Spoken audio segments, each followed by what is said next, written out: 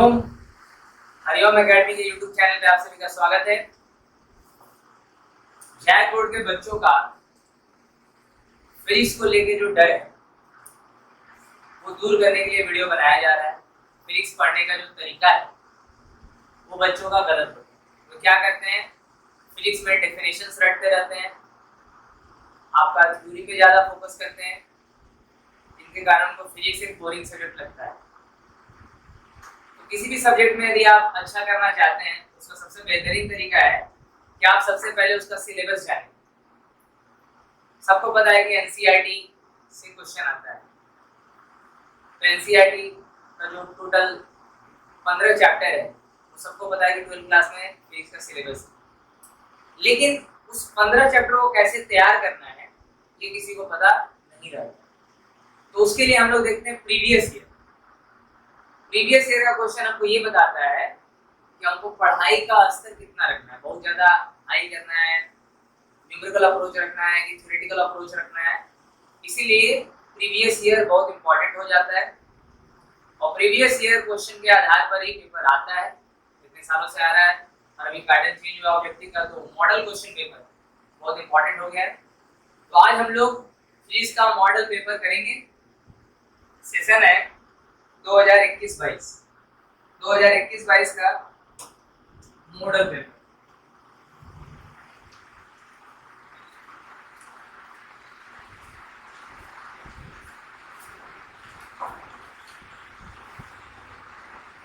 Physics model paper करने से आपको ये पता चल जाएगा कि आपको जो फिजिक्स है किस तरीके से पढ़ना है, न्यूमेरिकल अप्रोच कितना अपनाना है, कितना थ्योरेटिकल अप्रोच अपनाना है। तो आप लोग इसको, हम लोग 5 मॉडल है इसका, पांचों सॉल्व करेंगे एक एक करके। सबसे पहले हम लोग मॉडल नंबर 1 सॉल्व करेंगे। भाई इसका लॉक हटा दो। तो आज हम लोग 2021-22 का फिजिक्स का मॉडल नंबर 1 सॉल्व करेंगे। क्वेश्चन जो होगा आपका डिस्क्रिप्शन में आ जाएगा, लिंक में आ जाएगा। हम लोग क्वेश्चन पढ़ेंगे और आंसर करेंगे, ठीक है। पहला क्वेश्चन है, if the distance of a point charge from a positive charge increase the value of the potential at that point. पहला क्वेश्चन कह रहा है कि आपका कोई पॉजिटिव चार्ज है, the distance of a point from a positive charge increase, इस positive charge से किसी पॉइंट चार्ज का डिस्टेंस यदि बढ़ता है तो value of the potential at that point क्या होगा। ऑप्शन है इंक्रीज, डिक्रीज, मे इंक्रीज और डिक्रीज रिमेन द सेम। बहुत ही आसान क्वेश्चन है। ये पॉजिटिव चार्ज है, प्लस से फील्ड हमेशा बाहर की तरफ निकलता है, ठीक है। प्लस से फील्ड हमेशा बाहर की तरफ निकलता है। अब कोई पॉइंट चार्ज यदि ए पॉइंट पे था, बी पॉइंट की तरफ जा रहा है, तो एक लाइन पढ़े हम लोग, इलेक्ट्रिक फील्ड के डायरेक्शन में पोटेंशियल घटता है। इलेक्ट्रिक फील्ड के डायरेक्शन में पोटेंशियल, तो इसका जो इलेक्ट्रिक फील्ड का डायरेक्शन है प्लस से बाहर की तरफ जा रहा, और उसी डायरेक्शन में चार्ज भी जा रहा ए से बी की तरफ, तो उसका पोटेंशियल घटेगा। यदि कोई चार्ज फील्ड के अपोजिट डायरेक्शन में आता तो उसका पोटेंशियल बढ़ता। इसका आंसर क्या हो जाएगा, electric potential decreases. Electric potential decreases, option number B. Reason क्या है, ये फॉर्मूला है E equals to minus dV by dx। इससे पता चलता है कि electric field decreases, electric field decreases in the direction of, electric potential decreases in the direction of electric field, in the direction of electric field। मतलब field के direction में यदि charge जा रहा है तो उसका पोटेंशियल घट रहा है, फील्ड के अपोजिट डायरेक्शन में आ रहा है तो उसका पोटेंशियल बढ़ रहा है, ठीक है। ये सवाल को यदि हम घुमा के बताएं, ये सवाल के अलावा यदि कोई दूसरा सवाल है कि मान लीजिए नेगेटिव चार्ज है तो इसमें फील्ड घुसता है, इसमें फील्ड घुसता है, ठीक है। अब ए पॉइंट से बी पॉइंट की तरफ कोई चार्ज जा रहा है, तो आप देख रहे हैं फील्ड बाहर से अंदर की तरफ है, फील्ड बाहर से अंदर की तरफ है और चार्ज ए से बी की तरफ जा रहा है, मतलब फील्ड अंदर आ रहा, चार्ज बाहर जा रहा है। इसका मतलब बी पॉइंट पे पोटेंशियल ज्यादा होगा, बी पॉइंट पे पोटेंशियल ज्यादा होगा किससे, ए से। लेकिन यहाँ क्या हो रहा है, फील्ड बाहर की तरफ और चार्ज भी किधर जा रहा है, बाहर की तरफ, तो यहाँ पर ए का पोटेंशियल बी से ज्यादा होगा। ऐसा क्वेश्चन आता है, ठीक है, समझ में आ रहा है? पहला क्वेश्चन, ठीक है। दूसरा question, two charge spheres are separated at a distance d, exert a force F on each other। दो चार्ज स्फीयर मान लेते हैं Q1 और Q2 are separated at a distance d, exert a force F on each other। ये इस पे force लगा रहा, चलिए रिपल्सन ही मान, ये इसको इधर रिपेल कर रहा, और ये इसको रिपेल कर रहा, फोर्स ऑन 2 ड्यू टू 1, और ये फोर्स ऑफ, ये इसको रिपेल कर रहा, force on 2 due to 1 F21, और इसका ऐसे फोर्स लग रहा, तो फोर्स ऑन 1 ड्यू टू 2, दोनों एक दूसरे को क्या कर रहा, रिपेल कर रहा। अब कह रहा है if the charges are double and the distance between them is double, the force is, बोल रहा है इन दोनों का मैग्नीट्यूड को डबल कर दें, आपका charges are double and the distance between them is also double, तो फोर्स क्या होगा। ध्यान से देखिए, कूलम्ब्स लॉ क्या कहता है, कूलम्ब्स लॉ कहता है F equal to K Q1 Q2 by R। यदि हम चार्ज को डबल करेंगे, इसको और इसको दोनों को, और डिस्टेंस को डबल करेंगे, ध्यान से देखिएगा, F डैश लेना, तो Q1 को क्या ले लेंगे, 2Q1 ले लेंगे, Q2 को क्या लिख लेंगे, 2Q2 लिख लेंगे, R को डबल करेंगे, क्या लिख लेंगे, 2R लिख लेंगे, स्क्वायर करेंगे। और ध्यान से देखो, ऊपर में आ जाएगा 2 × 2 4, और ये 4R स्क्वायर, 4 से 4 कट जाएगा, K Q1 Q2 by R square. ये जो पहले फोर्स लग रहा है अभी भी उतना ही फोर्स लगेगा, तो नया वाला फोर्स क्या हो जाएगा, F हो जाएगा, कितना हो जाएगा, F। तो ये आपका हो गया इसका आंसर F। अब तीसरा नंबर क्वेश्चन देखिए, क्वेश्चन है the relation between electric field and potential is, ये रहा फार्मूला, डायरेक्ट पूछ लिया गया, E equals to minus dV by dx, option है E, ऑप्शन है E। चौथा, a positively charged glass rod attract an object, positively charged glass rod attract an object, the object must be, ध्यान से सुनिएगा मेरा बात, कोई पॉजिटिवली चार्ज बॉडी है, पॉजिटिवली चार्ज बॉडी है, वो किसी ऑब्जेक्ट को अट्रैक्ट कर रहा है, तो बच्चे के माइंड में तुरंत आएगा कि पॉजिटिवली चार्ज बॉडी है और किसी को अट्रैक्ट कर रहा, मतलब पक्का नेगेटिव बॉडी होगा, ऑब्जेक्ट क्या होगा, नेगेटिव।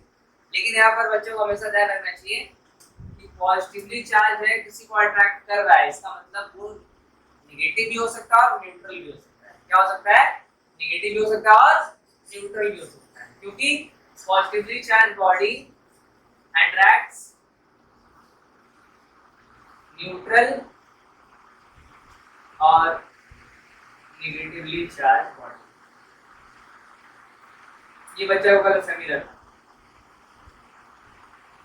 यहाँ पे यदि नेगेटिवली चार्ज बॉडी रहता तो आंसर क्या होता, नेगेटिवली चार्ज बॉडी किसको अट्रैक्ट करेगा, पॉजिटिव और न्यूट्रल दोनों को, पॉजिटिव और न्यूट्रल दोनों को। ध्यान रखिएगा, बच्चा हमेशा लिखता है कि प्लस माइनस को अट्रैक्ट करेगा, माइनस प्लस को, लेकिन प्लस और माइनस दोनों न्यूट्रल को अट्रैक्ट करता है, प्लस और माइनस दोनों न्यूट्रल को अट्रैक्ट करता है।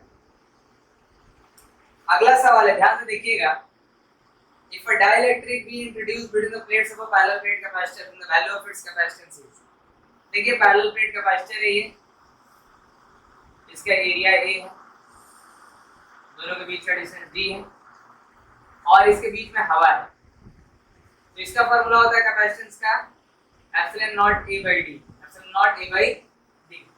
यदि दोनों प्लेट के बीच में कोई डाइलेक्ट्रिक डाला जाए तो फार्मूला हो जाता है K epsilon not A by D, K epsilon not A by D, और K का वैल्यू हमेशा 1 से ज्यादा होता है, इसलिए capacitance with dielectric always greater than capacitance with air. मतलब कैपेसिटर के बीच में हवा है और कैपेसिटर के बीच में डाइलेक्ट्रिक, तो डाइलेक्ट्रिक के साथ हमेशा कैपेसिटेंस ज्यादा होता है, क्योंकि K का वैल्यू हमेशा 1 से ज्यादा होता है। बहुत बार क्वेश्चन आया, बहुत बार, इस बार भी जोड़ में आया। अब देखिए 6 number, Ohm's law is valid when the temperature of the conductor is, पता है आपको Ohm's law तभी वैलिड है जब टेम्परेचर कांस्टेंट होता है। Ohm's law में टेम्परेचर क्या होता है, कांस्टेंट होता है। तो V is equal to I, V equal to I, यहाँ पे क्या होगा, टेम्परेचर कांस्टेंट, टेम्परेचर कांस्टेंट, तो 6 का हो जाएगा आंसर D, और 5 का क्या हो जाएगा, इंक्रीजेस B, 5 का आंसर। 7 नंबर देखिए, the example of non ohmic resistance. देखिए एक ओमिक रेजिस्टेंस होता है और एक नॉन ओमिक होता है। ओमिक रेजिस्टेंस वो होता है जो ओम्स लॉ को फॉलो करता है, जैसे कंडक्टर, और नॉन ओमिक वो होते हैं जो ओम्स लॉ को फॉलो नहीं करते हैं, खासकर सेमीकंडक्टर। तो आपका जो ऑप्शन है कॉपर वायर है जो कि कंडक्टर है, आपका फिलामेंट लैंप है, और कार्बन रेजिस्टर क्या है आपका, इंसुलेटर है, डायोड, इसका आंसर क्या होगा, डायोड। नॉन ओमिक कंडक्टर क्या होगा, डायोड, ऑप्शन नंबर डी, 7 का। ठीक है, 8 नंबर क्वेश्चन देखिए, Kirchhoff's first law and second law for electrical circuit are consequence of. देखिए किरचॉफ्स का फर्स्ट लॉ क्या कहता है, किरचॉफ्स का फर्स्ट लॉ थोड़ा सा बता दें। किरचॉफ्स फर्स्ट लॉ कहता है कि किसी भी इलेक्ट्रिकल सर्किट में, किसी इलेक्ट्रिकल सर्किट में जंक्शन पे जितना करंट आएगा उतना ही करंट जाएगा। मतलब ये मान लीजिए कोई पॉइंट है, यहाँ पे 2 एम्पियर आ रहा, इधर से 3 एम्पियर आ रहा, मतलब पक्का यहाँ पे 5 एम्पियर निकल रहा हो, मतलब समेशन ऑफ करंट क्या होगा, किसी भी इलेक्ट्रिकल सर्किट के किसी जंक्शन पे क्या होगा, 0। इसीलिए इसको किरचॉफ्स करंट लॉ भी बोलते हैं, Kirchhoff's current law, Kirchhoff's junction law. और यहाँ पे क्या कंजर्व होता है, conservation of charge, conservation of charge लिखने भी आ जाता है। और किरचॉफ्स वोल्टेज लॉ, केवीएल, जिसको किरचॉफ सेकंड लॉ भी बोलते हैं, किरचॉफ्स लूप रूल भी बोलते हैं। ये बोलता है किसी भी इलेक्ट्रिकल सर्किट में यदि वो क्लोज है तो टोटल पोटेंशियल ड्रॉप का सम 0 होता है। यदि कोई भी इलेक्ट्रिकल सर्किट क्लोज है तो टोटल पोटेंशियल ड्रॉप का सम क्या होता है, 0 होता है। ये कंजर्वेशन ऑफ एनर्जी को बताता है, कंजर्वेशन ऑफ एनर्जी, इस बार भी एग्जाम में कंजर्वेशन ऑफ एनर्जी। क्लियर है? अब 9 number question, the number of electrons for 1 coulomb of charge, मतलब 1 कूलम चार्ज में कितना इलेक्ट्रॉन होता है। तो आप लोग बचपन से पढ़ते आ रहे हैं, 1 कूलम चार्ज में 6.25 10 to the power 18 इलेक्ट्रॉन्स होता है। बोर्ड एग्जाम क्या कहता है 12th क्लास में, बोला तो 2 कूलम चार्ज में कितना इलेक्ट्रॉन, तो Q इक्वल टू एनी, बहुत बार बताया, Q है 1 कूलम। अभी का क्वेश्चन के हिसाब से n निकालना है, E का वैल्यू तो सबको पता है 1.6 × 10 to the power -90। इसको यदि डिवाइड करेंगे तो इसका वैल्यू आपको हमेशा पता होना चाहिए, n equal to 6.25 × 10 to the power 18 electrons. यदि 2 कूलम रहेगा तो 2 से मल्टीप्लाई कर देंगे, 3 कूलम रहेगा तो 3 से मल्टीप्लाई करेंगे। आगे बहुत ही बेहतरीन सवाल है 10 नंबर, ये भी बोर्ड में आया हुआ है इसमें। A charge Q is enclosed by a Gaussian surface, एक स्फेरिकल Gaussian surface है जिसका रेडियस r है। अब होता है इसके अंदर कोई चार्ज है Q, if the radius of the Gaussian surface is doubled, बोलता है इस r को हम लोग डबल कर दें, मतलब 2r कर देते हैं, मान लेते इस r को हम लोग 2r कर देते हैं, तो बोलता है फ्लक्स क्या होगा, फ्लक्स क्या होगा। तो हम बता दें आपको कि अकॉर्डिंग टू गॉसेस थ्योरम जो फ्लक्स होगा summation of q by epsilon nought होगा, summation of q by epsilon nought. यदि गॉसियन सरफेस का रेडियस r है, उसमें q चार्ज है, तो 2r भी कर देंगे तो चार्ज क्या रहेगा, q ही रहेगा। चार्ज क्या रहेगा, q ही रहेगा। मतलब कि चार्ज तो कांस्टेंट है, काहे कि मान लो एक लोटा लेके जाओ चाहे बाल्टी लेके जाओ, यदि 1 लीटर दूध लेना है तो 1 लीटर ना रहेगा भाई। तो ये r रेडियस का है, उसमें q है, तो 2r रेडियस का भी होगा तो उसमें क्या रहेगा, q।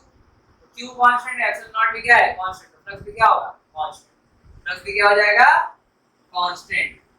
तो लिखेंगे रिमेंस अनचेंज, आंसर क्या होगा, रिमेंस मतलब फ्लक्स पे कोई प्रभाव नहीं पड़ेगा। ये सीबीएसई का प्रीवियस ईयर का आया हुआ क्वेश्चन विजय बोर्ड में आजकल पूछता है। अब एक 11 नंबर सवाल, the specific resistance of a rod of copper as compared to the thin wire of copper। देखिए स्पेसिफिक रेजिस्टेंस मतलब रेजिस्टिविटी। स्पेसिफिक रेजिस्टेंस क्या होता है? स्पेसिफिक रेजिस्टेंस का मतलब होता है रेजिस्टिविटी।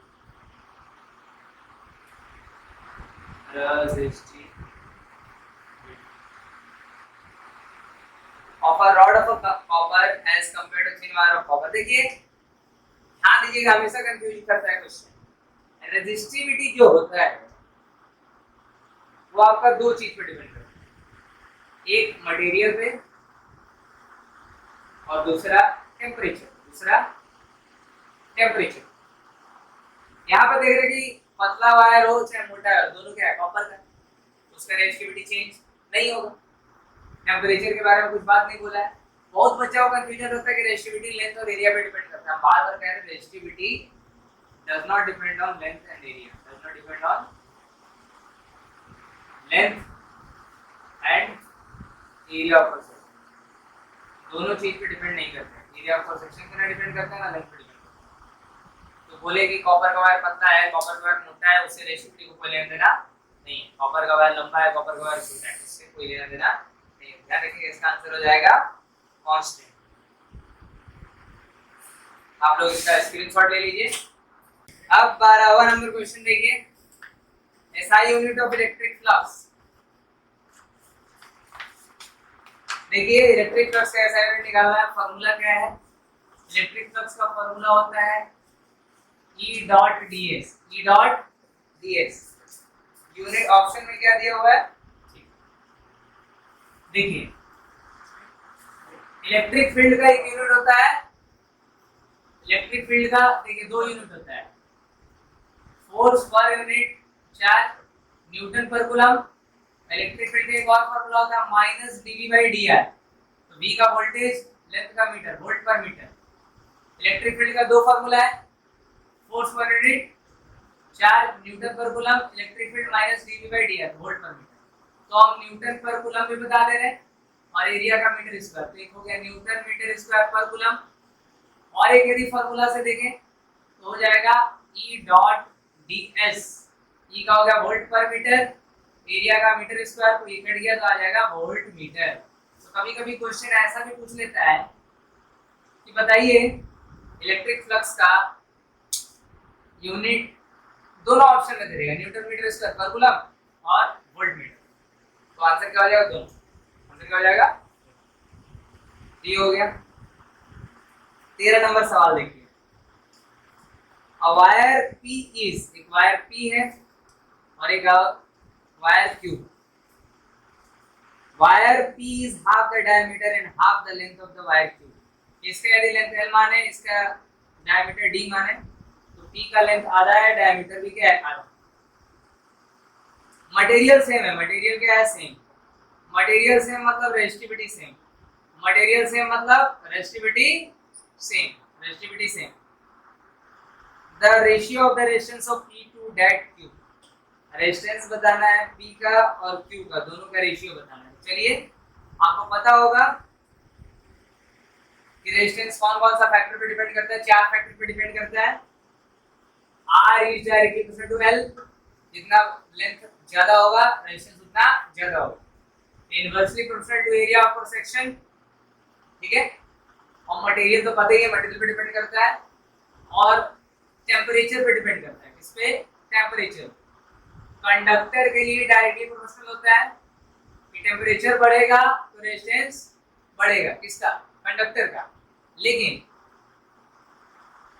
यदि सेमीकंडक्टर रहा तो उल्टा होता है। सेमीकंडक्टर का टेम्परेचर बढ़ेगा तो उसका रेजिस्टेंस घटेगा। बहुत बार क्वेश्चन आया हुआ ऑब्जेक्टिव में, बहुत बार आया हुआ क्वेश्चन, ध्यान रखिएगा। लेंथ हो गया, एरिया हो गया, टेम्परेचर हो गया, मटेरियल पे तो जान ही रहे। इन दोनों को यदि हम कंबाइन करें तो R is directly equal to L by A। Proportionality हटाएंगे तो R equal to rho L by A।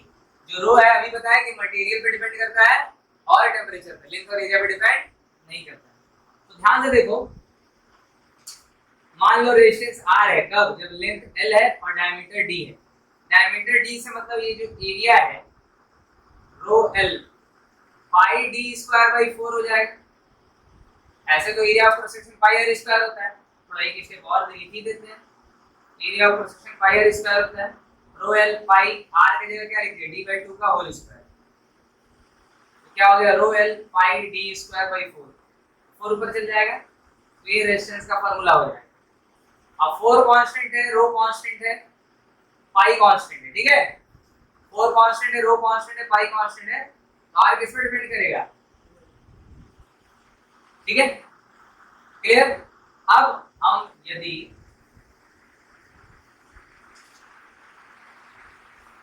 RP by RQ निकालें तो RP क्या बोल रहा है, लेंथ को आधा करो, D को आधा करो, ठीक है भाई।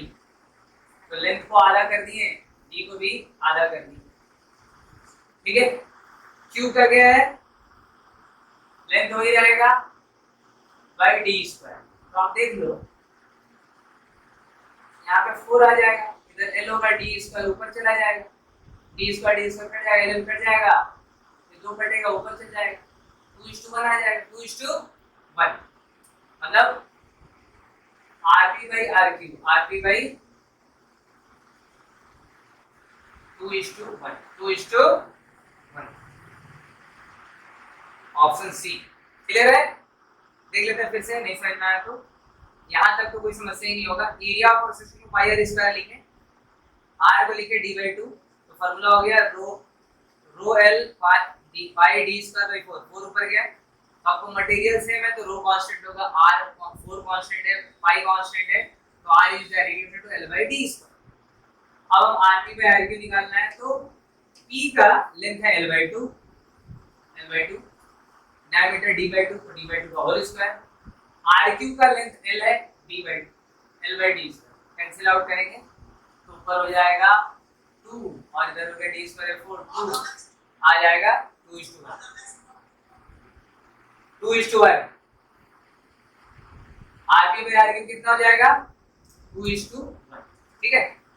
बढ़िया क्वेश्चन, ऐसा क्वेश्चन आता है एग्जाम, आएगा ये। अब अगला सवाल देखिए, 14 नंबर क्वेश्चन कहता है name of the material which give less resistance with increase in temperature. अभी जस्ट बताएं कि टेंपरेचर बढ़ने से किसका रेजिस्टेंस घटेगा। क्वेश्चन पूछ रहा है कि कौन सा मटेरियल का रेजिस्टेंस घटेगा टेंपरेचर बढ़ने से। ऑप्शन है गोल्ड, गोल्ड क्या है, मेटल है, सिल्वर मेटल है, मरकरी भी मेटल है, बचा केवल सिलिकॉन। सिलिकॉन क्या है, सेमीकंडक्टर। सिलिकॉन क्या है, सेमीकंडक्टर। सेमीकंडक्टर का रेजिस्टेंस टेंपरेचर बढ़ाने से घटेगा, टेंपरेचर बढ़ाने से रेजिस्टेंस घटेगा, तो आंसर हो जाएगा सिलिकॉन, ठीक है। यदि आपको ग्राफ बनाने दे दे कि आप रो और टेंपरेचर का ग्राफ बनाओ तो ये ऐसे जाएगा आपका, किसके लिए, कॉपर के लिए, और सेमीकंडक्टर के लिए ऐसे आएगा। सेमीकंडक्टर के लिए टेंपरेचर बढ़ने से रेजिस्टिविटी घटेगा, रेजिस्टेंस घटेगा। टेंपरेचर बढ़ने से रेजिस्टिविटी और टेंपरेचर बढ़ने से रेजिस्टिविटी और रेजिस्टेंस दोनों बढ़ता है, किसका, कॉपर का, जो कि क्या है, मेटल, और ये क्या है, सेमीकंडक्टर। ध्यान रखिएगा, बहुत बार क्वेश्चन है, ठीक है। अब है 15 नंबर क्वेश्चन, ठीक है, कोई क्वेश्चन नहीं करना, उसके आसपास का कॉन्सेप्ट ही पढ़ लेना। 15 नंबर क्वेश्चन है, an electron enters perpendicular to uniform magnetic field. अंदर की तरफ मान लेते हैं मैग्नेटिक फील्ड है, और एक इलेक्ट्रॉन जो है मैग्नेटिक फील्ड के परपेंडिकुलर एंटर कर रहा है, मतलब velocity is perpendicular to magnetic field. The path of the electron will be, path of the electron will be circular. क्या होगा, सर्कुलर होगा, क्योंकि हम बताएं आपको फोर्स जो होता है, magnetic force acting on a charge particle when moves with velocity v in a uniform magnetic field, that equal to q v cross v, q v cross v। क्या फॉर्मूला होगा, q v v sine theta. यदि theta 90 degree होगा तो path होगा circular. Path क्या होगा? Circular. यदि theta 0 degree होगा तो स्ट्रेट लाइन, 180 भी होगा तो स्ट्रेट लाइन, और 0 और 090 अदर देन 0 90 और 180 इन तीनों को छोड़ के कुछ भी एंगल होगा तो क्या हो जाएगा? हेलिकल हो जाएगा। क्या हो जाएगा? हेलिकल। ये तीनों क्वेश्चन आ सकता है। आपको पूछा है कि भैया 90 डिग्री पूछ सकता है, 0 डिग्री, 180 डिग्री, और यदि उसके अलावा 30 डिग्री दे दे तो क्या होगा? हेलिकल होगा। 60 डिग्री दे दे तो क्या हो जाएगा? हेलिकल हो जाएगा। 0 में क्या होगा? Straight line. 180 में क्या होगा? Straight line.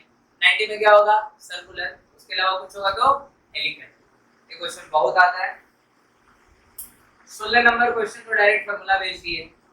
पूछ रहा है E A be the electric field strength of a short dipole at a point on its axial line and E that on the equatorial line at the same distance, then E A और E में relation चाहिए। तो देखिए ये आपका minus Q है और ये प्लस क्यू है।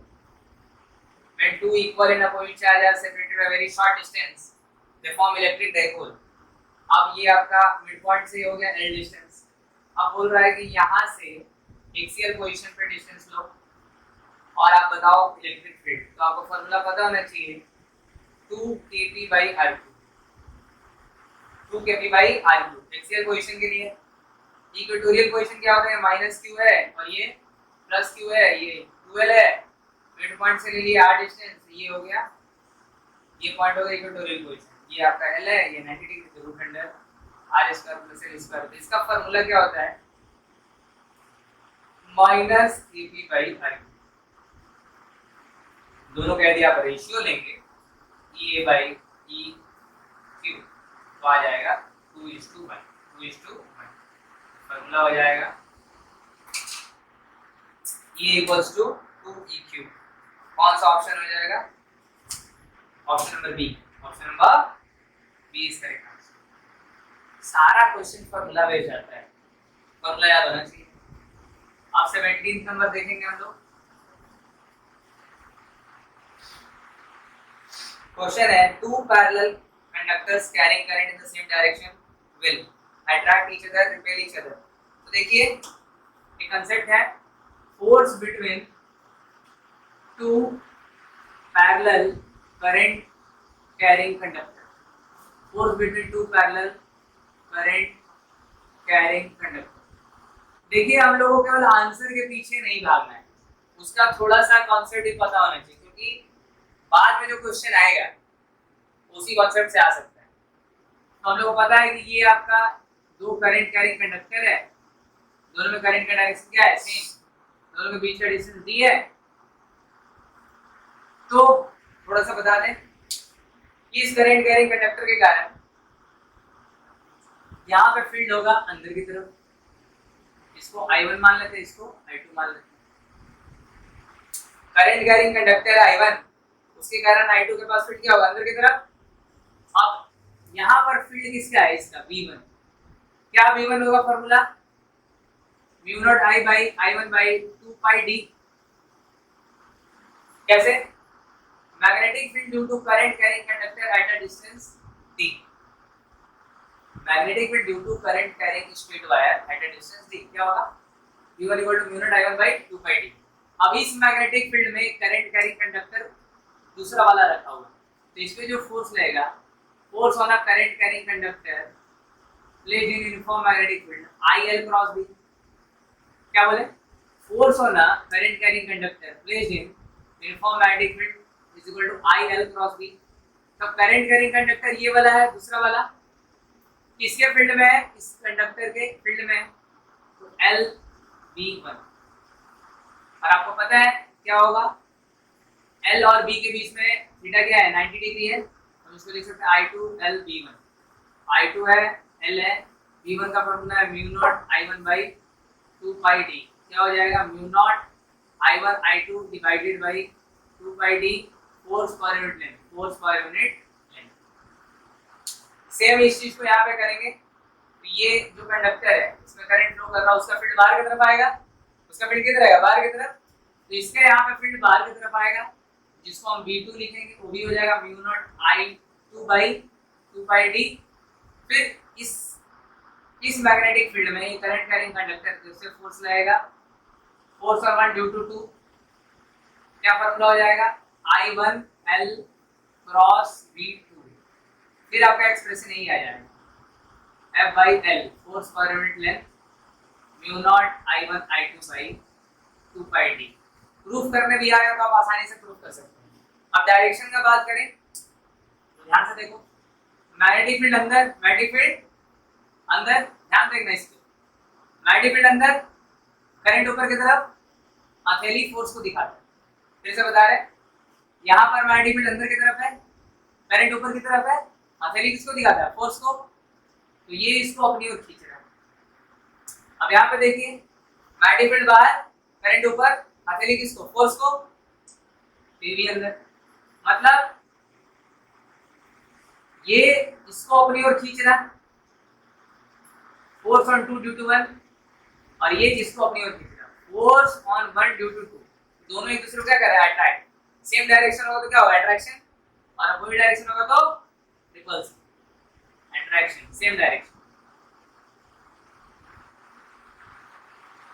सेम डायरेक्शन ऑफ करंट, और रिपल्सन होगा जब opposite direction of current, opposite direction of current होगा। इसे बहुत सारा सवाल बनाया जा सकता है, जैसे बोलेगा कि दो करंट कैरिंग कंडक्टर है, उनके बीच का डिस्टेंस को हम डबल कर दें। डिस्टेंस यदि हम डबल करेंगे तो फोर्स क्या होगा, आधा हो जाएगा। डिस्टेंस डबल करेंगे तो फोर्स आधा हो जाएगा, इनवर्सली प्रोपोर्शनल है। बोलेगा दोनों का करंट को डबल कर दें, यदि इसका डबल कर दें इसका डबल, तो फोर्स क्या हो जाएगा, 4 टाइम्स हो जाएगा। इस तरह का सवाल आपको देखने को मिलेगा। अब आते हैं हम लोग 18 नंबर, बहुत इजी क्वेश्चन है। Unit of capacity of capacitor is farad. Q equal to CV होता है, C इक्वल टू क्या होता है, Q बाई V। इसको आप कूलम पर वोल्ट भी लिख सकते हैं, कूलम पर वोल्ट, इसी को लिखते हैं फैराड। ठीक है, ये कैपेसिटी ऑफ कैपेसिटर। कैपेसिटर क्या करता है, चार्ज और एनर्जी दोनों को स्टोर करता है। ठीक है, उससे कैपेसिटी को हम लोग C से डिनोट करते हैं, जिसका यूनिट होता है फैराड। 19 नंबर का बहुत ही आसान सवाल है, एम्पियर्स सर्किटल लॉ पूछ रहा है। एम्पियर्स सर्किटल लॉ क्या हो जाएगा, close integral of V dot dl, V dot dl equal to mu naught I, वैसे म्यू नॉट NI भी होता है। Close integral of surface, close integral of V dot dl equal to mu naught I। आप लोग इसका screenshot ले लीजिए, फिर आगे हम लोग करेंगे।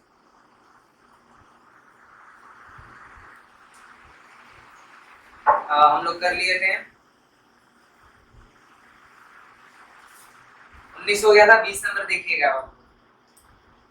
20 नंबर क्वेश्चन क्या है, क्वेश्चन कह रहा है, charge Q is moving in informatic field such that V is perpendicular to B। 20 number, charge Q is moving in informatic field। informatic field का मतलब मैग्नेटिक फील्ड क्या है, कांस्टेंट है, क्या है, कांस्टेंट। उसमें कोई चार्ज V वेलोसिटी से मूव कर रहा है such that V is perpendicular to B, then force acting on the charge is, force acting on the charge is। अभी बताया आपको, यदि यूनिफॉर्म मैग्नेटिक फील्ड है तो फोर्स क्या लगता है, QV cross B, QV cross B। तो QVB sin थीटा होता है, B cross B sin theta. B और B के बीच में कितना एंगल है, 90, क्या हो जाएगा, QVB sin 90। sin 90 क्या होता है, 1 होता है।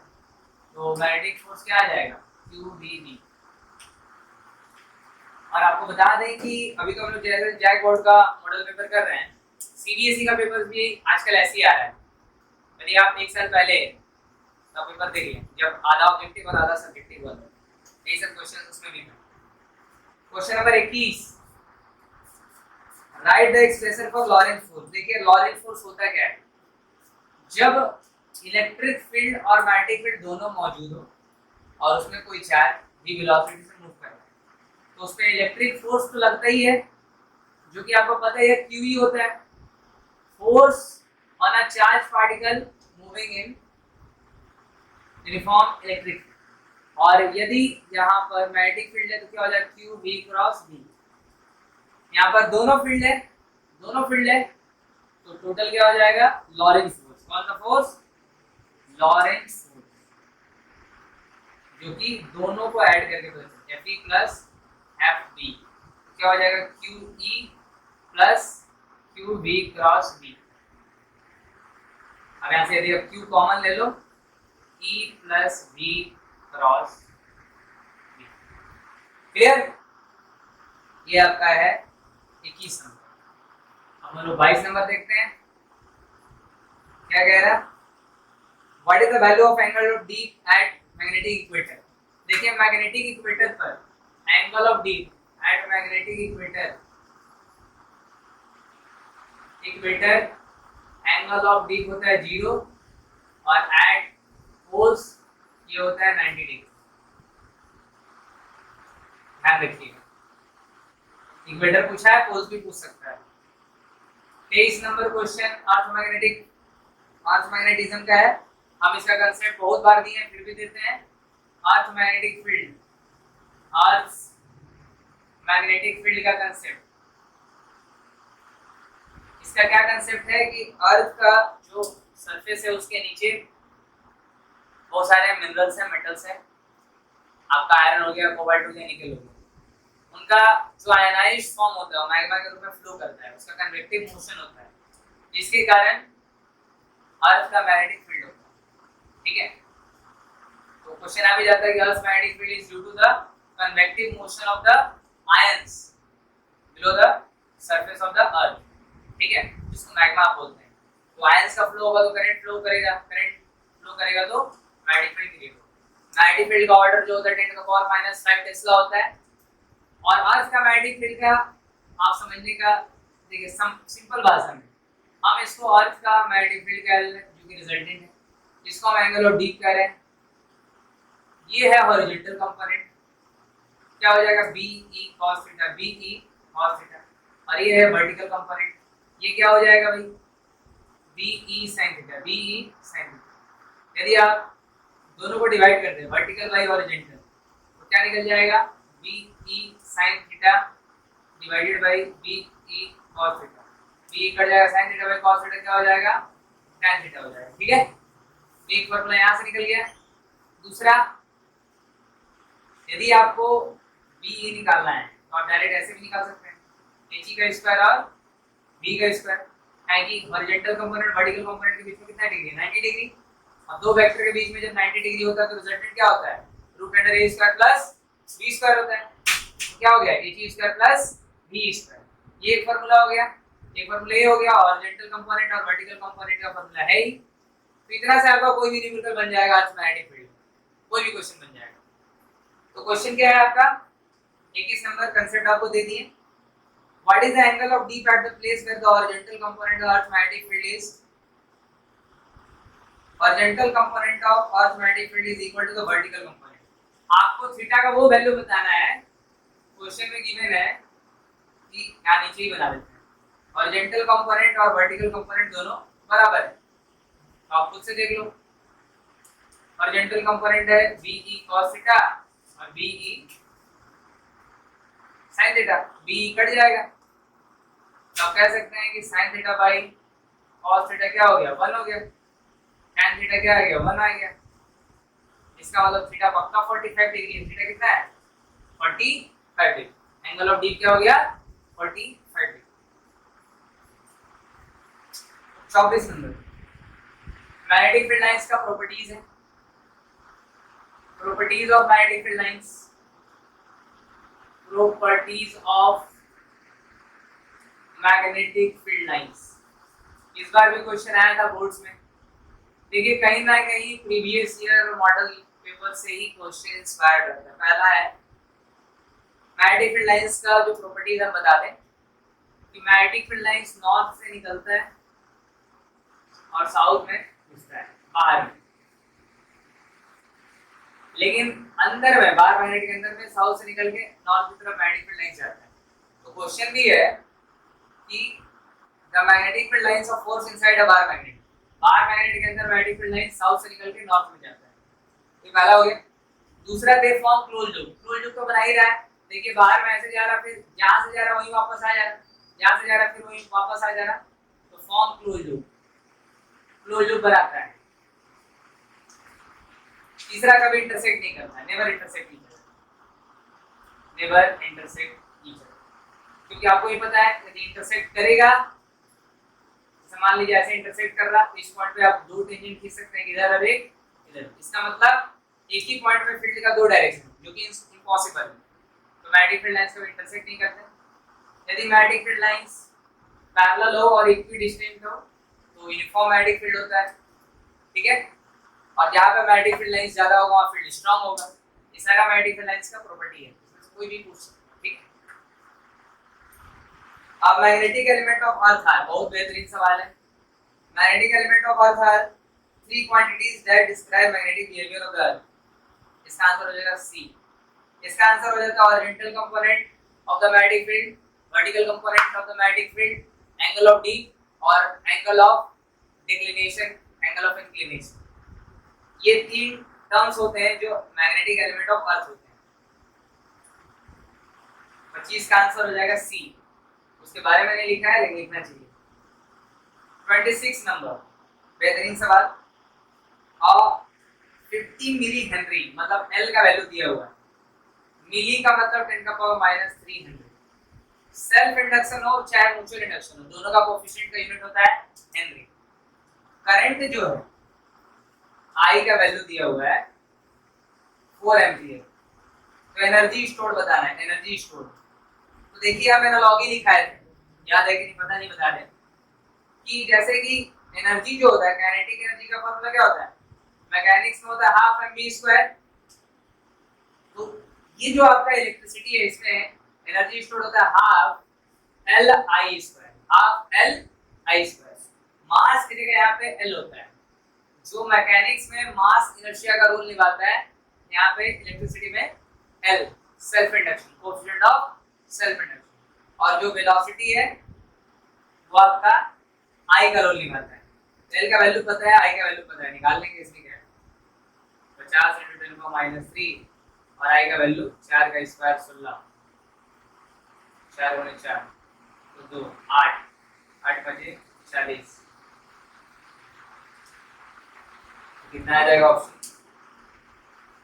इसको डिवाइड करेंगे तो 0, 40 डिवाइडेड बाई 1000 बढ़ जाएगा 0.040, 0.04। कोई दिक्कत है? ये एनर्जी स्टोर्ड, इसका फॉर्मूला भी है, कराएंगे आपको, डिराइव कराएंगे। 27 नंबर बहुत ही इजी क्वेश्चन लिखता है, polarity of the induced EMF is found by Lenz law. कौन सा लॉ? Lenz law. आपको पता है कि फैराडे सेकंड लॉ से क्या होता है? आंसर तो हो गया लेंज लॉ। जो ऑप्शन कितना नंबर है? ऑप्शन है आगे, ऑप्शन है सी आपका। फैराडे सेकंड लॉ क्या कहता है? कहता है E = -d∅/dt। तो जो माइनस है वो पोलैरिटी ऑफ इंड्यूस्ड ईएमएफ बताता है। Polarity of induced EMF is such that it will oppose the very cause that has produced it, that is Lenz law. तो ये जो देता है लेंज लॉ देता है। लेंज लॉ जो है कंजर्वेशन ऑफ एनर्जी को फॉलो करता है। किसको फॉलो करता है? Conservation of energy. ये भी ऑब्जेक्टिव क्वेश्चन में पूछ सकता है, conservation of energy, conservation of energy. अब आप देख लीजिए 28 नंबर बहुत ही बेहतरीन सवाल है। देखिए बात है कि आप क्वेश्चन जब बनाते हैं ना तो आपका सारा कॉन्सेप्ट एक साथ रिवाइज होता है, और ऐसे आप एक एक चैप्टर पढ़े जा रहे हैं, आपका रिवीजन ही नहीं होता। इसीलिए हम लोग को क्या करना चाहिए, प्रीवियस ईयर को बनाना चाहिए। इसीलिए हम लोग जल्दी जल्दी कर रहे हैं। ये बहुत ही बेहतरीन सवाल है 28 नंबर। एक प्रोटॉन है, एक न्यूट्रॉन है और एक अल्फा पार्टिकल।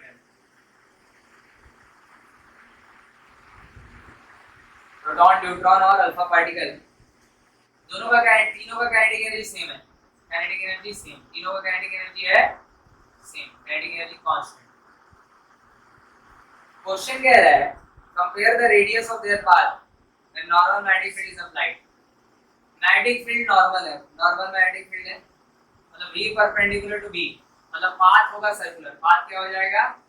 सर्कुलर। अब पाथ है सर्कुलर और हमको उनका रेडियस का रेशियो बताना है। इसका प्रोटॉन और न्यूट्रॉन और अल्फा पार्टिकल तीनों का रेडियस का रेशियो बताना है। बहुत ही बेहतरीन सवाल, जेईई में भी आया हुआ सवाल है, सीबीएसई में भी आता है, सब बोर्ड में आता है। देखिए ध्यान से समझिएगा। प्रोटॉन है, न्यूट्रॉन है और अल्फा पार्टिकल। सबसे पहले आपको पता होना चाहिए कि प्रोटॉन का मास भी एक होता है, चार्ज भी एक होता है। मास भी एक है और चार्ज भी एक। इसका देखिए मास 2 है, चार्ज 1। इसका देखिए मास 2 है, चार्ज सॉरी मास 4 है, चार्ज 2। इसका मास 2 है, चार्ज 1 है। इसका मास भी एक है, मास भी एक है और चार्ज भी एक है। तो सबसे पहले तो ये जानकारी होना चाहिए। अब काइनेटिक एनर्जी कांस्टेंट है और रेडियस पूछ रहा है, तो आपको रेडियस और काइनेटिक एनर्जी में रिलेशन पता होना चाहिए, जो कि होता है q square b square r square by 2m। याद होगा तो मेरा ही कराया हम, kinetic energy equal to q square b square r square by 2m। Clear? अब काइनेटिक एनर्जी कांस्टेंट है, काइनेटिक एनर्जी क्या है? कांस्टेंट। तो constant is equal to q square b square r square by 2। तो जो चार्ज है, magnetic field uniform, magnetic field क्या है भाई? मैग्नेटिक फील्ड के बारे में कुछ लिखा है? लिखा होगा यूनिफॉर्म मैग्नेटिक फील्ड लिखा होगा तो कांस्टेंट हो जाएगा। मैग्नेटिक फील्ड के बारे में कांस्टेंट है, मैग्नेटिक फील्ड भी कांस्टेंट है और काइनेटिक एनर्जी भी कांस्टेंट है। तो आप ध्यान से देखिए, इसको आप इधर ले आओ, आपको r निकालना, तो लिख सकते हैं 2m q square r square. ध्यान से देखिए, कांस्टेंट वाले को हटा दिए, काइनेटिक एनर्जी कांस्टेंट का हटा दिए, मैग्नेटिक फील्ड कांस्टेंट का हटा दिए, 2 भी कांस्टेंट है, इसको भी आप हटा सकते हो। तो m इधर आ गया, q स्क्वायर इधर आ गया, directly percent to r square. अब यदि r निकालना है तो क्या करेंगे? Root under m by q, root under m by q. ये आपका r का मास और q के साथ रिलेशन है, root under m by q. अब हम निकालेंगे प्रोटॉन और न्यूट्रॉन का मास का और चार्ज का रेशियो। देखिए प्रोटॉन के लिए मास है root under 1 divided by charge भी 1। न्यूट्रॉन के लिए आपका मास है जो रूट 2 है और चार्ज तो 1 ही, तो क्या आ जाएगा? 1 बाई रूट 2। प्रोटॉन और न्यूट्रॉन का रेडियस का रेशियो। अब हम निकालेंगे न्यूट्रॉन और अल्फा। बहुत बेहतरीन सवाल है। तो फिर आएगा root under m by q. Neutron का मास है आपका 2, चार्ज 1 है। अल्फा का देखिए मास है 4 और चार्ज है 2, ऊपर चला जाएगा चार्ज, क्या आएगा भाई? देखिए ऊपर में रूट 2 आ गया, ऊपर 2 है, रूट 4 को आप करेंगे तो आ जाएगा 2, 2 कैंसिल होगा, रूट 2:1। तो आप देख पा रहे हैं radius of proton by radius of neutron 1:√2, radius of neutron by radius of alpha √2:1। यदि दोनों को मिला दें तो दिख रहा है इस आंसर की 1:√2:1। आंसर क्या हो जाएगा? 1:√2:1। क्वेश्चन घुमा के पूछ सकते हैं, इसको आगे पीछे करके पूछ सकता है, तो आप लोगों को इतना समझ में आना चाहिए कैसे सॉल्व होगा। बहुत ही बेहतरीन सवाल था ये। एक और लेंथी क्वेश्चन है 29 नंबर, एक और लेंथी क्वेश्चन है 30 नंबर, वो दोनों को करेंगे, उससे पहले आसान सा 31 नंबर कर लेते हैं, उसके बाद स्क्रीनशॉट आप लोग ले लेंगे, फिर आगे बढ़ेंगे। क्वेश्चन है why is the Wheatstone bridge more accurate than other methods of measuring distance? Because it is based on null method. It is a null method. It is a null method. ये आपका E। फिर आपका 32 number जो है ये भी बहुत आसान है, इसको भी थोड़ा जगह चाहिए लेकिन हम लोग भी नहीं कर रहे। 33 नंबर भी लेंदी है। 34 नंबर देखिए, what is the angle between electric field and equipotential surface? 90 degree always, 90 degree always. क्योंकि देखिए इलेक्ट्रिक फील्ड और इक्विपोटेंशियल सरफेस के बीच में हमेशा 90 डिग्री बनता है। इसका हम क्वेश्चन ऐसे पूछ सकते हैं, यदि बोलते हैं ये इलेक्ट्रिक फील्ड है और ये है इक्विपोटेंशियल सरफेस। इक्विपोटेंशियल सरफेस क्या होता है? वैसा सरफेस जिसके हर एक पॉइंट पे पोटेंशियल क्या हो, सेम। वैसा सरफेस जिसके हर एक पॉइंट पे पोटेंशियल क्या हो, सेम, इक्विपोटेंशियल सरफेस। और सरफेस क्या होता है? 2D होता है। तो यदि इलेक्ट्रिक फील्ड x में है तो इक्विपोटेंशियल सरफेस क्या होगा? yz में होगा। इलेक्ट्रिक फील्ड यदि y में है तो इक्विपोटेंशियल सरफेस क्या होगा? xz में होगा। इलेक्ट्रिक फील्ड यदि z में है तो इक्विपोटेंशियल सरफेस क्या होगा? xy में होगा। ऐसे क्वेश्चन पूछा जाता है। और 35 नंबर है, when a magnet is moved with its north pole towards a closed coil, the nearer end of coil acts as। देखिए कंजर्वेशन आपका लेंज लॉ पे बेस्ड है, आपका जगह का थोड़ा अभाव है, ऊपर यहाँ पे बताया, ध्यान से सुनिएगा। when a magnet is moved with its north pole towards a closed coil, then the nearer end of the coil acts as। ये आपका नॉर्थ पोल है और ये साउथ पोल है। यहाँ पे कॉइल, इसको साउथ ले लो, इसको नॉर्थ। यदि नॉर्थ पोल यहाँ से ऐसे जाएगा तो लेंज लॉ कहता है कि the polarity of the induced EMF will be such that it will oppose the very cause that has produced। ये नॉर्थ पोल उसकी तरफ जाना चाह रहा है तो कॉइल उसको अपोज करेगा। कॉइल उसको क्या करेगा? अपोज करेगा। तो सेम पोल मतलब नॉर्थ पोल आ रहा है तो इसको अपोज करने के लिए कॉइल में क्या क्रिएट होना चाहिए? नॉर्थ पोल क्रिएट होना चाहिए। क्योंकि like pole repel, unlike pole attract. तो किसकी तरफ बिहेव करेगा? नॉर्थ पोल की तरफ। किसकी तरफ? नॉर्थ। ये according to Lenz law, according to Lenz law. इस पे और सारा क्वेश्चन आएगा तो हम लोग और अच्छे से करेंगे। आप लोग इससे स्क्रीनशॉट ले लीजिए, एक दो क्वेश्चन बाकी है उसको आगे करेंगे। अब हम लोग क्वेश्चन नंबर 29, थोड़ा लेंथी क्वेश्चन है, एनसीईआरटी का एग्जांपल है हूबहू। क्वेश्चन है 10 एम्पियर करंट फ्लो कर रहा है, रेडियस 20 सेंटीमीटर दिया हुआ है। 10 एम्पियर करंट फ्लो कर रहा है इस वायर में, ऐसे ऐसे और ऐसे। सवाल है, a current of 10 ampere is passing through a long wire which is semicircular loop of radius 20 centimeter, magnetic field at the center of the loop। यहाँ पर मैग्नेटिक फील्ड बताना है। तो देखिए यहाँ पर तीन वायर है, एक ये वायर है, एक ये वायर है और एक ये वायर। तो हम लोगों को थोड़ा सा बायट-सावर्ट लॉ पता होना चाहिए। बायट-सावर्ट लॉ थोड़ा कंसेप्ट समझ में आएगा। वो बोला था कि छोटा सा मैग्नेटिक फील्ड जो होगा mu not by 4 pi I dl cross r by r cube, ये वेक्टर फॉर्म है। Mu naught by 4 pi I dl cross r by r cube. इसका स्केलर फॉर्म जो होगा mu not by 4 pi I dl r sin theta by r cube. r cube से cut जाएगा ये r square, तो mu naught by 4 pi I dl sin theta by r square. ये scalar form है और ये वाला वेक्टर फॉर्म है, ध्यान रखिएगा। अब बायट-सावर्ट लॉ बोलता है कि I आपका एक करंट dl और r, करंट का डायरेक्शन और dl का डायरेक्शन सेम होता है। करंट और dl का डायरेक्शन सेम होता है। करंट ऐसे जा रहा तो dl भी वैसे जा रहा। अब हमको इसके कारण यहाँ पे फील्ड बताना है, r वेक्टर भी तो इसी डायरेक्शन में है। अरे dl का डायरेक्शन ये है और हमको निकालना क्या है यहाँ पर, तो इस करंट के डायरेक्शन में तो dl है, करंट के डायरेक्शन में ही तो r है, तो dl और r के बीच का एंगल कितना हो जाएगा? 0 डिग्री हो जाएगा। क्या हो जाएगा? 0 डिग्री। हम एक लाइन बोलते हैं, यदि मान लो कि एक वायर है इसमें करंट ऐसे फ्लो कर रहा और इसी के सीधा में यहाँ पर यदि फील्ड बताना हो तो फील्ड क्या होगा? 0। फील्ड क्या हो जाएगा? 0।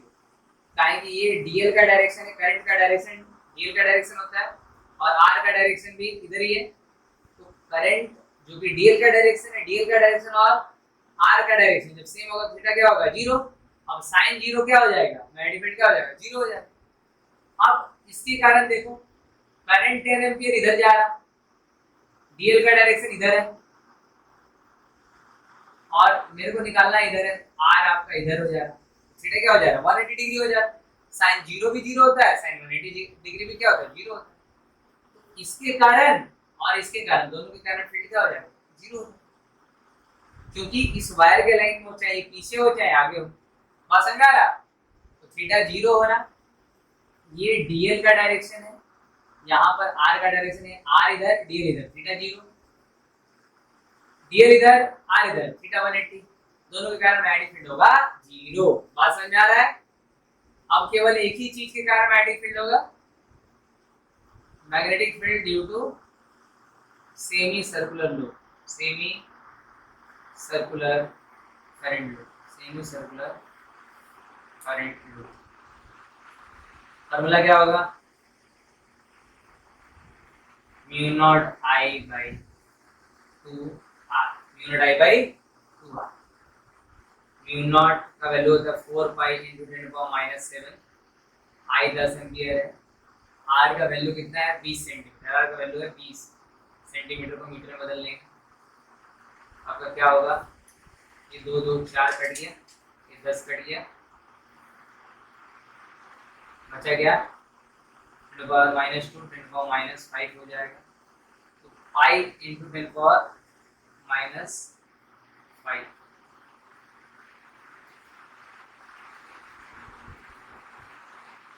Magnetic field sorry magnetic field due to semi circular current loop mu naught I by 4r होता है, mu naught I by 4r होता है। ये सर्कुलर लूप के कारण होता है mu naught I by 2r, ये क्या है यहाँ पर सेमी सर्कुलर, तो mu naught I by 4r, ठीक है। तो थोड़ा सा और अच्छे से लिख देते हैं, mu naught I by 4r, तो म्यू नॉट हो गया 4 पाई इंटू 10⁻7, करंट है 10, 4 आर का वैल्यू है 20, तो 4 से 4 कट गया, 10⁻5 ऊपर बच गया, 1/2 है तो ऊपर चल जाएगा, तो क्या होगा 0.5 पाई इंटू 10⁻5। तो इसको यदि हम लोग और अरेंज करें तो लिखा है 5 पाई माइक्रो टेस्ला, यदि ऊपर नीचे 10 से मल्टीप्लाई कर दें, ध्यान से देखिएगा तो क्या होगा, अच्छे से देखना, ये 10 से मल्टीप्लाई हो जाएगा 5 आ जाएगा, 5 पाई आ जाएगा और 10⁻5 डिवाइडेड बाई 10, 10⁻6 टेस्ला आ जाएगा। इसी को ऑप्शन में किसको लिखा है, इसी को ऑप्शन में कैसे लिखा है, मैग्नेटिक फील्ड को 5 पाई तो लिखा ही है, 10⁻6 को माइक्रो टेस्ला लिखा हुआ, तो बच्चा ऑप्शन ही मिलाने में रह जाएगा। अच्छा क्वेश्चन है, ये भी आया हुआ है कॉम्पिटिटिव एग्जाम, ठीक है। 30 नंबर तो इससे भी धांसू क्वेश्चन है, beautiful question, close to my heart, मस्त क्वेश्चन है। देखो क्वेश्चन शानदार है, ये 2 एम्पियर का करंट आ रहा है, ऐसा क्वेश्चन आएगा जी, ध्यान रखिएगा, 2 3 ये आपका 3 फिर ये 2 ओम, ये आपका सी हो, ये ई हो गया, ये आपका सी हो गया, बी हो गया और ये डी हो गया। क्वेश्चन पूछ रहा है एक 2 एम्पीयर का करंट फ्लो कर रहा है, तो पोटेंशियल डिफरेंस ए और बी के बीच बताओ, ए और बी के बीच में पोटेंशियल डिफरेंस बताओ, तो ध्यान से समझो, मस्त क्वेश्चन है, नहीं बनेगा, सीबीएसई में भी आया हुआ है, आईएससी में भी आया हुआ है, आईएससी का प्रीवियस ईयर से उठा के पटक दिया है।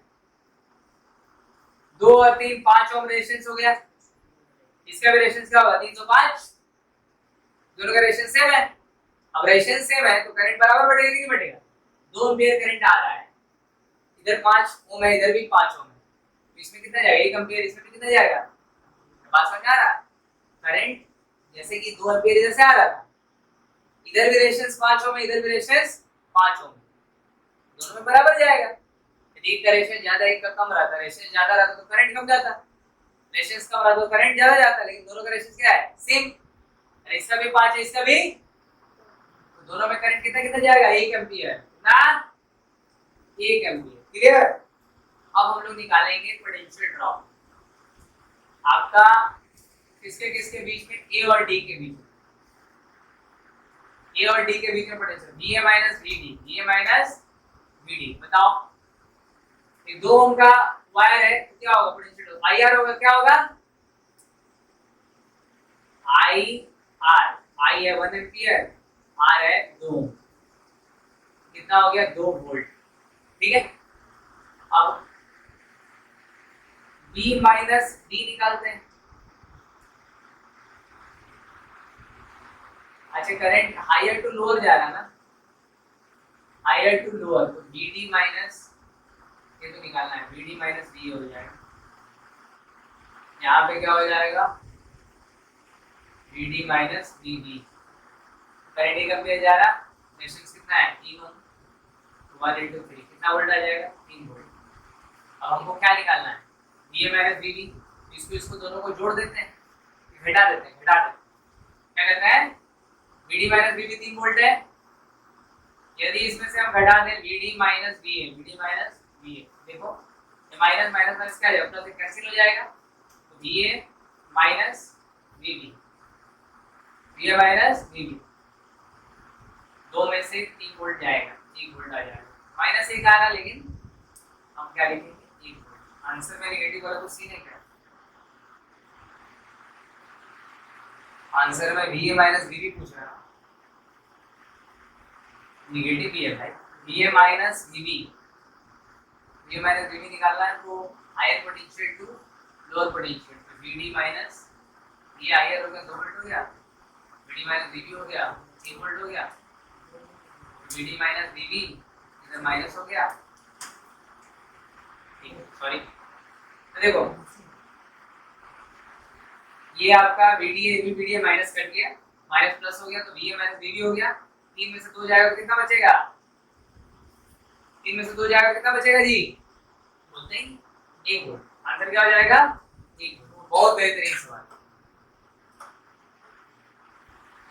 अब आपको 32 नंबर बता देते हैं, आसान सा सवाल है, ये कॉमन पोटेंशियल मेथड से बनेगा, थोड़ा इधर ही बता देते हैं क्या है।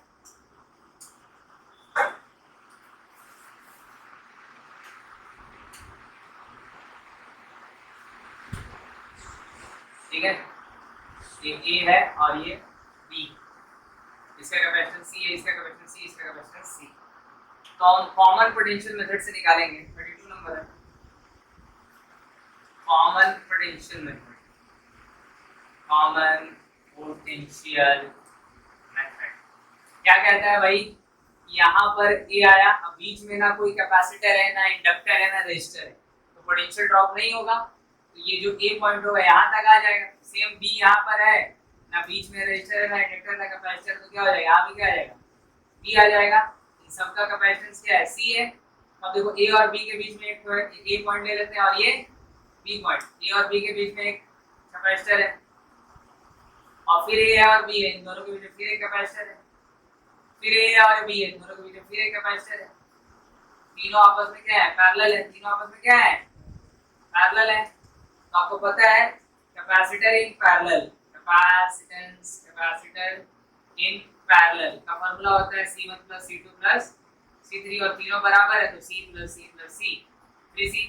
तो क्वेश्चन ये भी आ सकता है कैपेसिटर इन सीरीज क्या होता है, कैपेसिटर इन सीरीज, इसका फार्मूला होता है 1/C equivalent = 1/C1 + 1/C2 + 1/C3, ये भी पूछा जा सकता है। रजिस्टर का उल्टा होता है कैपेसिटर, ठीक है। ये आपका हो गया पहला मॉडल, बहुत इंपॉर्टेंट है क्योंकि इसमें बहुत सारे कंसेप्ट हम एक्स्ट्रा भी बताए हैं जो दूसरा मॉडल में रिपीट होगा। इसी के साथ पहला मॉडल खत्म होता है, हम लोग अब चालू करेंगे दूसरा मॉडल। हम आशा करते हैं कि आप लोग ये वीडियो देखिएगा, और यदि आपको वीडियो पसंद आता है तो वीडियो को लाइक, चैनल को सब्सक्राइब और शेयर करिए। इस तरह के वीडियो का लाभ उठाते रहिए। तब तक के लिए हरि ओम।